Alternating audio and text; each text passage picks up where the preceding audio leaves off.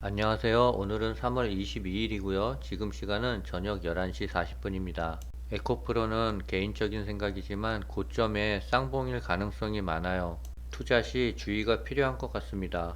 드디어 새벽 3시에 미국의 금리 인상 발표가 있어요. 금리 인상은 0.25%가 예상되고요. 발표 후 증시는 상승할 것 같습니다. 미국 인플레이션 감축법에 대한 가이드라인이 나왔는데요. 삼성전자와 SK하이닉스는 한숨 돌렸어요. 중국 CATL이 3세대 셀투팩 배터리 양산에 성공을 했답니다. 구독, 좋아요 부탁드립니다. 차이나 전기차가 오늘 조금 올랐어요. 그래서 마이너스 32%고요. SOXL은 새벽 3시에 금리 인상을 기다리면서 주가는 3%에서 5% 정도 상승을 하고 있어요. 그래프를 보면 상승의 힘이 강해서 오늘 내일 전고점을 뚫을 수도 있을 것 같습니다. 오늘 코스피는 1.2% 상승해서 2400선을 넘었고요. 개인은 3000억 원을 매도했고 외인은 2000억 원, 기관은 1000억 원을 매수했습니다. 내일 국내장은 미국발 훈풍으로 좋을 것 같아요. 삼성전자가 61선과 21선이 골든 크로스가 났고요. 네이버도 21선을 강하게 치고 올라갔습니다. 주가의 흐름은 행보를 마치고 우상향으로 돌아선 것 같아요. 내일부터는 상승의 힘이 더 강할 것 같습니다. 에코프로가 오늘도 7.86% 상승했는데요. 진짜 무서운 상승세를 보이고 있어요.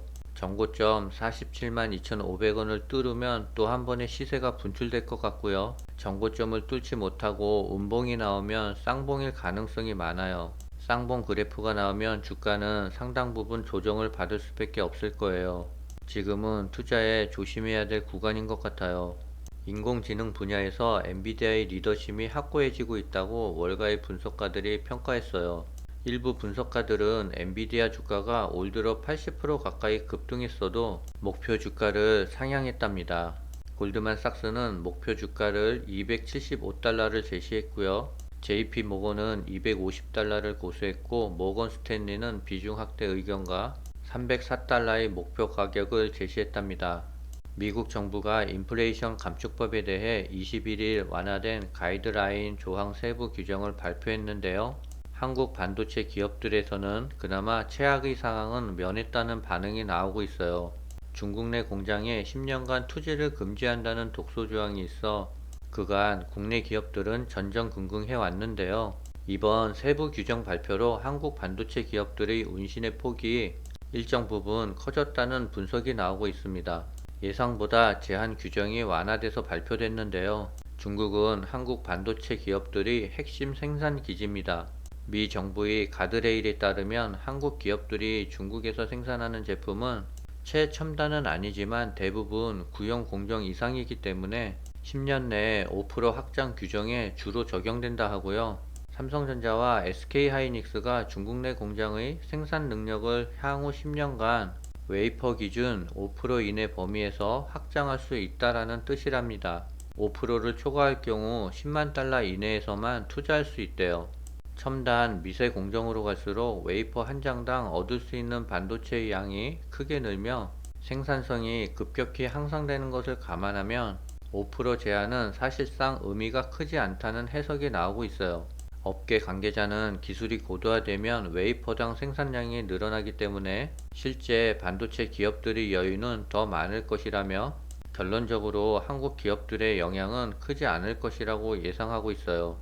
삼성전자와 SK하이닉스가 이제는 한숨 돌린 것 같습니다. 차이나 전기차가 오늘 0.31% 상승했는데요. V자 반등은 어렵지만 지금부터는 우상향할 것 같습니다.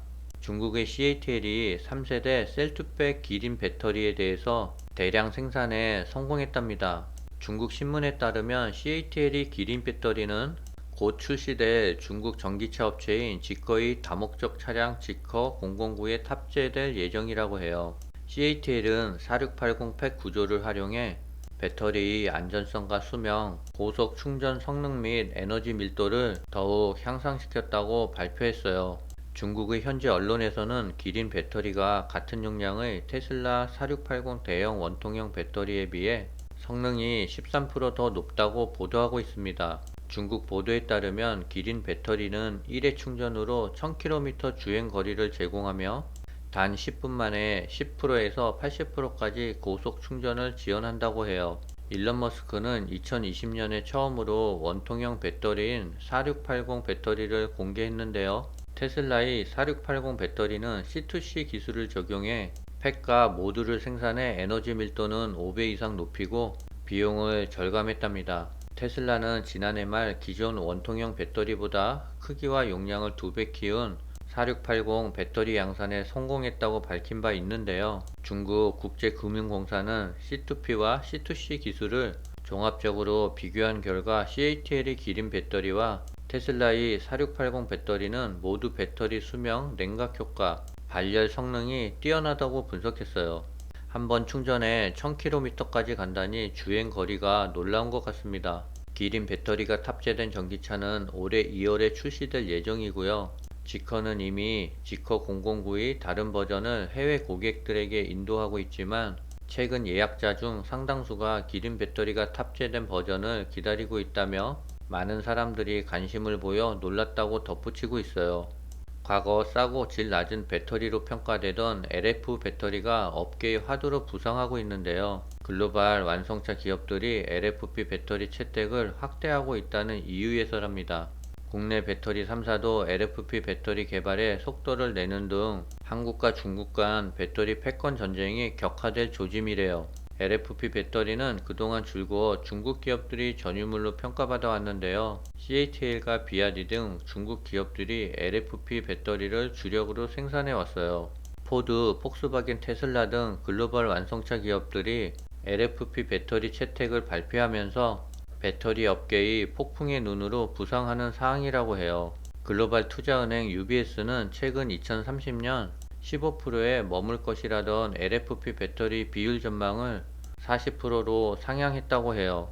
최근 포드는 CATL과 지분 합작 방식이 아닌 기술 합작 방식으로 미국 현지에 합작 법인을 설립하는 움직임을 보이고 있는 가운데 이 역시 LFP 배터리 경쟁력을 높게 평가했다는 근거이기도 하답니다. 배터리 시장 판도가 LFP 배터리 쪽으로 기울자 국내 3사 역시 개발에 속도를 내고 있고요.